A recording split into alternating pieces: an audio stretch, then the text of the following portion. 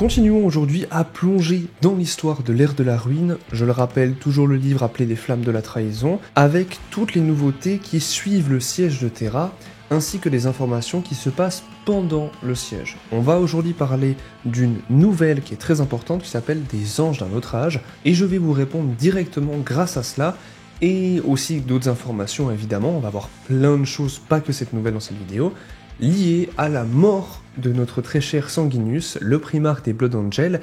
Sa mort a eu un impact très violent sur le chapitre, anciennement Légion des Blood Angels, la 9e légion, je le rappelle. C'est une légion très importante pour beaucoup de raisons, simplement parce qu'ils étaient réputés pour être très charismatiques, et surtout très, pas relativisants, mais plutôt ils étaient importants pour que les êtres humains se sentent plus calmes. Ils ont souvent été envoyés dans des endroits où il y avait beaucoup d'humains, avec ne serait-ce qu'un seul légionnaire pour simplement rassurer les légionnaires de la simple présence d'un Space Marine. Pourquoi ? Car un Space Marine peut rassurer les gens tellement les Space Marines sont vus comme des sortes de... des anges, on les appelle bien les anges de l'empereur. Donc en la présence d'un ange, littéralement les Blood Angels, les anges de sang, l'être humain, nous nous sentirions beaucoup plus rassurés. Et c'est pour ça que Sanguinius, le primarque, avait tendance, durant le siège de Terra, à envoyer tous ses fils durant la bataille, non ensemble comme des régiments, comme par exemple Rogaldorn le faisait avec les Imperial Fist, mais bien un à un sur les remparts, à peu près un Space Marine Blood Angel pour 1000 à 10 000 soldats impériaux. Et ça c'est très important. Il avait vraiment, Sanguinius avait cette bonté au fond de lui qui faisait qu'il avait envie que les êtres humains gardent foi, gardent espoir, mais surtout il comprenait et il avait une réelle empathie envers eux. Il fait penser d'ailleurs aux origines d'Angron, mais lui n'a pas vrillé à cause des griffes du boucher qui ont détruit l'avenir d'Angron et qui fait qu'il a cédé du côté du chaos. En réalité, ça peut paraître bête, mais Angron et Sanguinius avaient cette similarité liée à l'empathie. Alors plongeons tout de suite dans notre histoire, je vais répondre comme vous pouvez voir à pas mal de choses, pas mal de questions vis-à-vis du lore que nous ne connaissons pas, ou alors simplement des choses qui sont pas forcément mis trop en avant dans les livres, mais qui sont tout de même très importantes. Je trouve c'est important de faire des vidéos un peu différentes des formats classiques qu'on peut voir où on parle juste des armées. Ici on répond vraiment à des questions de la communauté, c'est des questions souvent que vous me posez, que ce soit sur Discord ou que ce soit dans les commentaires YouTube, donc n'hésitez jamais à m'en poser, je ferai au mieux et je ferai toujours en sorte pour y répondre avec mon équipe, on essaie de noter les points importants, les questions importantes, d'ailleurs n'hésitez pas à rejoindre le Discord pour justement discuter de tout ça avec moi.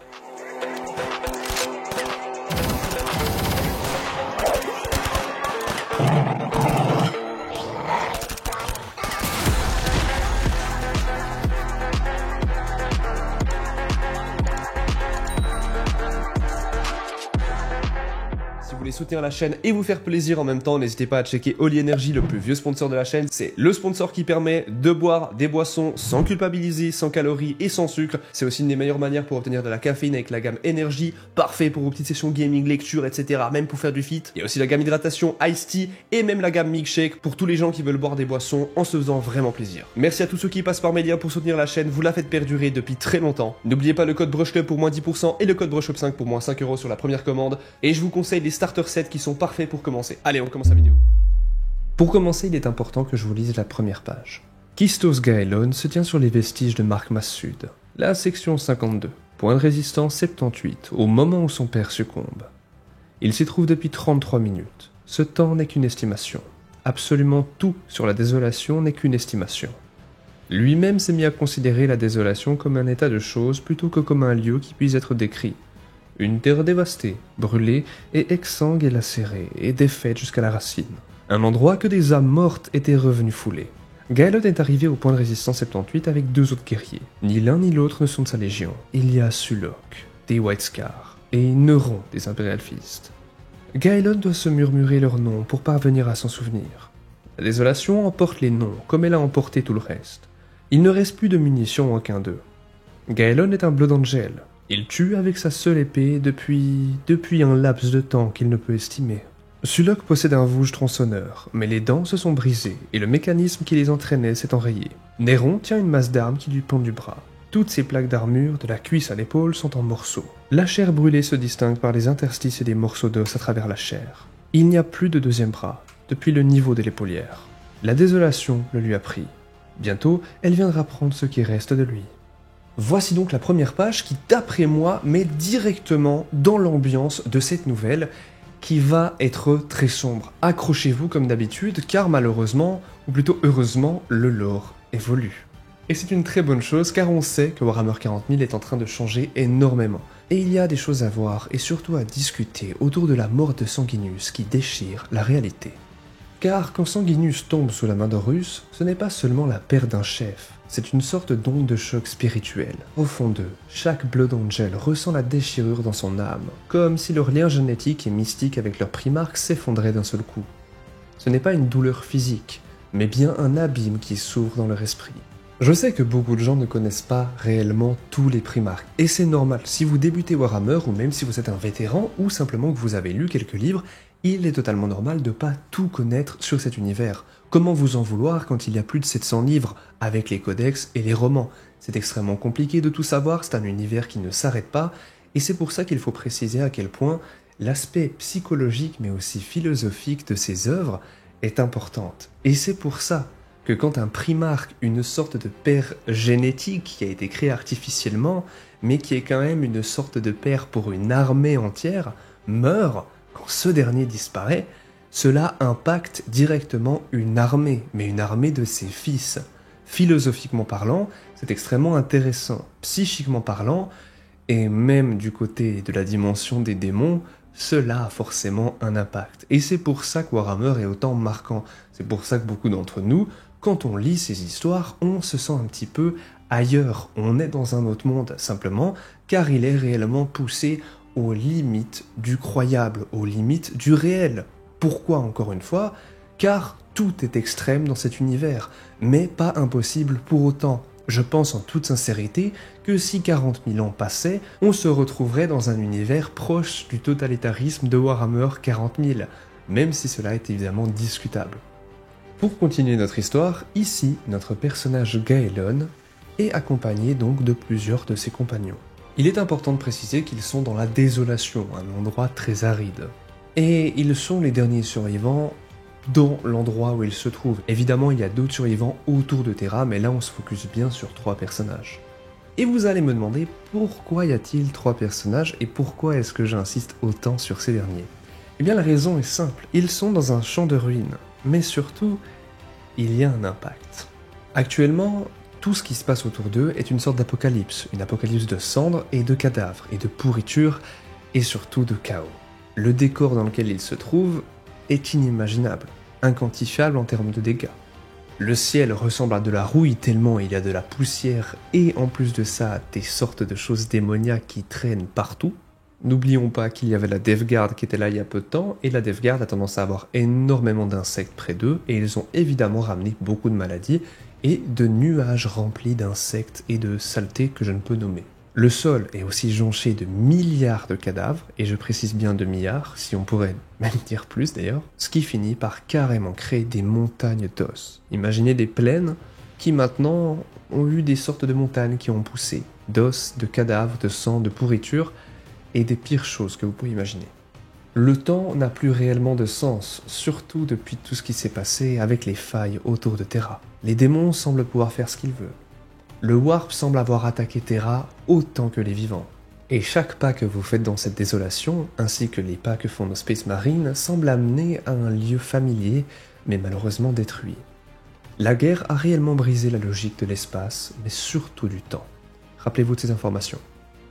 Je vais tenter de vous expliquer comment le temps peut avoir un réel impact et surtout le Warp peut avoir un réel impact sur le présent, le passé et le futur. On ne va pas parler de paradoxe comme on a parlé dans certaines vidéos précédemment, mais donc cette Wasteland, la désolation, a un impact étrange. Gaelon et ses frères se retrouvent actuellement piégés dans des sortes de lieux où plus ou moins des combats passés. Le Warp va finir par déformer la réalité, les forçant à revivre leur traumatisme, à revivre des combats. Chaque ruine, chaque gravure leur rappelle les frères qu'ils ont perdus. Imaginez le champ de bataille comme devenu un miroir de leur mémoire brisée.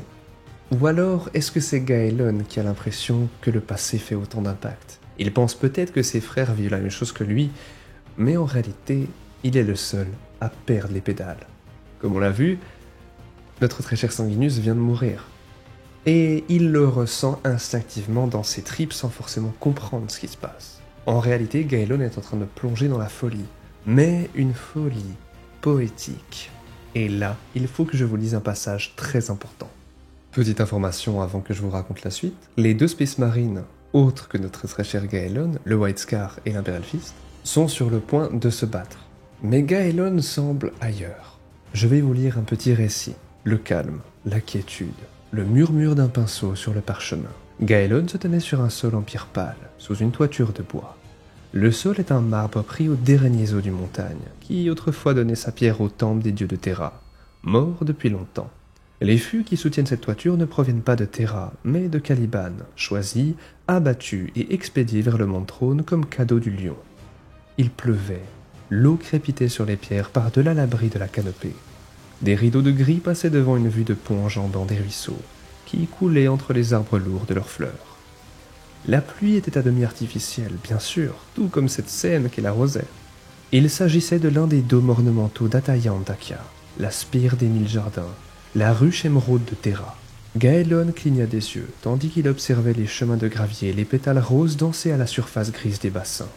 « Le passé », se dit-il à lui-même. « La douleur m'a fait tomber dans le passé. » C'était un souvenir du temps qui leur avait été accordé à lui et à 100 de ses frères pour visiter les jardins d'Ataya Antakya, tandis qu'il servait comme garde honorifique auprès de Sanguinus lors de la venue du primarque sur Terra. L'occasion avait été précieuse. Chacun des 100 avait consacré son temps dans les jardins à œuvrer sur des pièces artistiques à présenter au primarque. Tous les Blood Angels étaient des créateurs et des artistes. Gaelon avait tourné sa volonté et sa main vers différentes disciplines. La sculpture dans la pierre et la cire, le travail dans la laque et le soufflage du verre. Mais dans ses cœurs, il demeurait le poète qu'il était déjà lors de son élévation dans la Légion. Byron, lui, avait été un peintre. Ses outils étaient l'encre et l'aquarelle, et avec eux, il semblait atteindre la vérité sous la surface du monde. Gaelon observait le souvenir de son frère tapotant des pots pour faire tomber les petits tas de pigments dans les bols près de sa palette. Un rectangle de parchemin était tendu sur un cadre devant le paysage. Ici, nous pouvons voir une sorte d'écho du passé. Un moment où Gaelon va imaginer, ou plutôt se rappeler, la période où ils vont visiter des endroits importants pour que Sanguinus rencontre entre autres l'empereur. C'est une période dans le passé pas forcément très importante, la période exacte, mais il se remémore un frère, Baelon, qui lui était mort et qui est en train de peindre. Un frère avec qui il va avoir des échanges philosophiques sur le passé. Mais pourquoi ces visions-là ? Eh bien, cela a une explication très poussée. Je vous avais dit précédemment que Gaelon est en train de plonger dans une sorte de folie poétique. Car, contrairement à ses frères, Gaelon commença à réciter de la poésie, à imaginer qu'il était en train de peindre, ou qu'il voyait quelqu'un en train de peindre. Et ses compagnons finirent par le prendre pour un fou. Mais en réalité, c'est l'éveil de la rage noire. Sa raison est en train de se fracturer, sa perception est en train de se confondre avec l'art, la mémoire et la mort. Il n'a plus de réelle conscience, tout se mélange. Vous vous demandez peut-être pourquoi ? Je le rappelle, mais tout cela est dû au choc de la mort de Sanguinus. Gaelon le sent même avant que la nouvelle n'arrive par Vox. Le lien mystique se brise alors. Dans son esprit, il voit du sang et des plumes tomber dans l'obscurité. C'est une agonie spirituelle, comme si son cœur était arraché. C'est là que la folie s'accélère. Pour lui, le monde n'a plus aucun sens. Mais tout ceci, il va le vivre d'une manière poétique. Je vous avais parlé de Byron qui était en train de peindre un tableau, et ce même peintre était en train de parler à notre personnage principal, Gaelon, qui cède à la folie, et il lui dira qu'il est mort.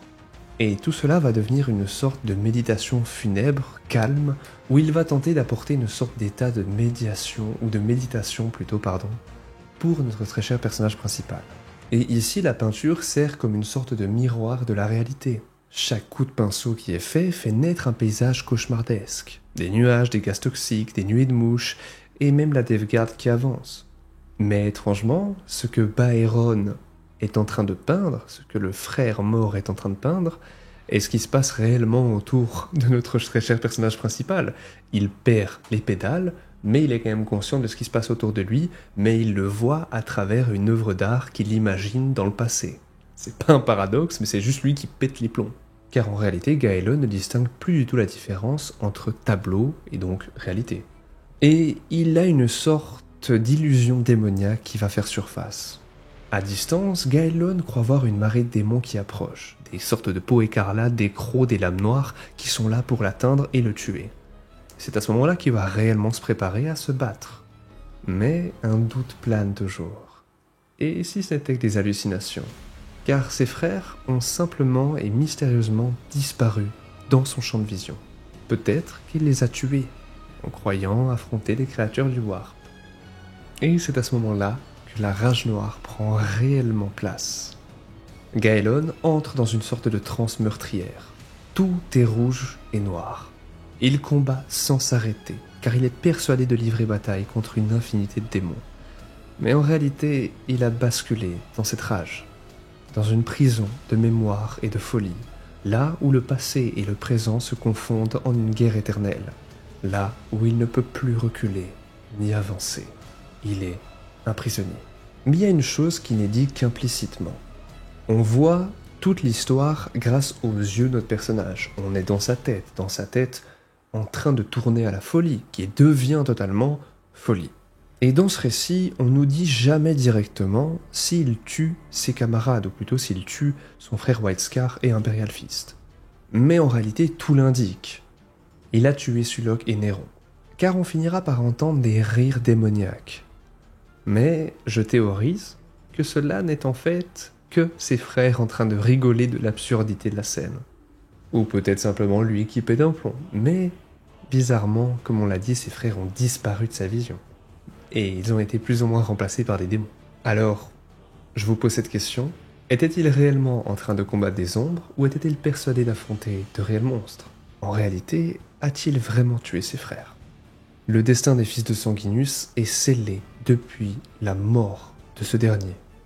Leur esprit est brisé, ils deviennent des sortes de prisonniers d'une folie perpétuelle qui peut apparaître à tout moment sur un champ de bataille et qui peut même faire qu'ils attaqueront leurs propres alliés.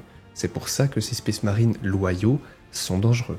Sans oublier qu'ils ont une autre maladie qui est la Bloodthirst, qui de mémoire est je crois la rage rouge en français, je ne sais plus exactement la traduction, mais ils ont tendance à vouloir boire du sang et un petit peu trop violemment.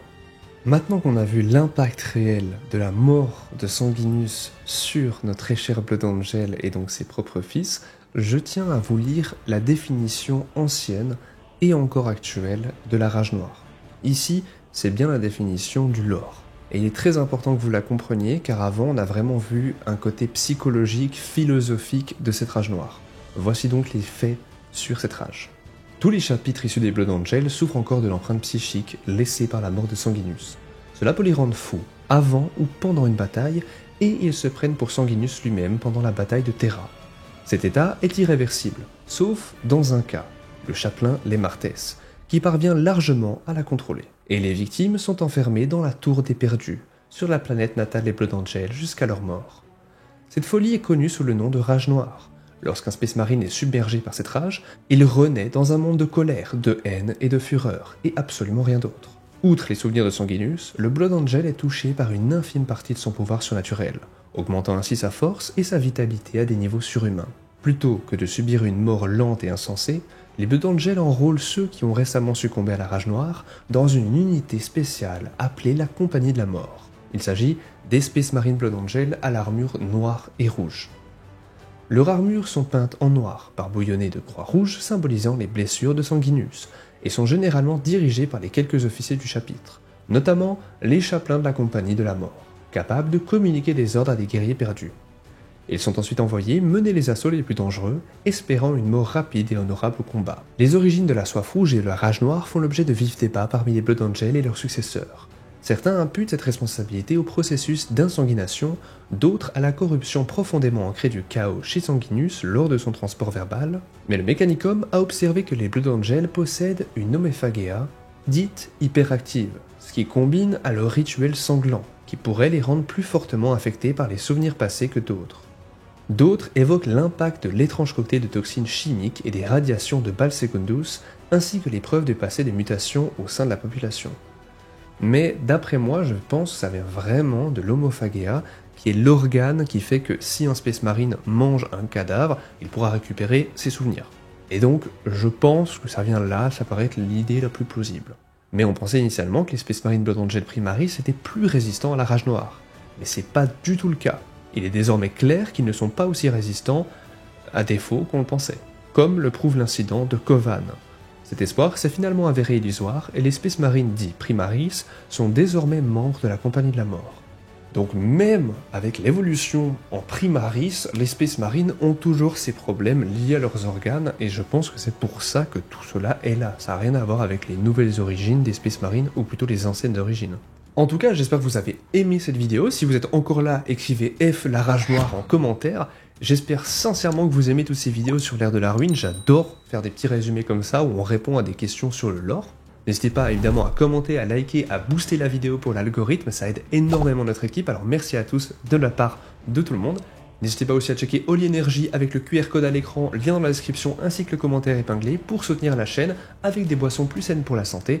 Et merci à tous ceux qui passent par nos liens, ça nous soutient énormément. N'oubliez pas My Place pour vos Warhammer jusqu'à moins 20% et surtout prenez soin de votre santé physique et mentale. L'empereur vous protège, Ave Imperator.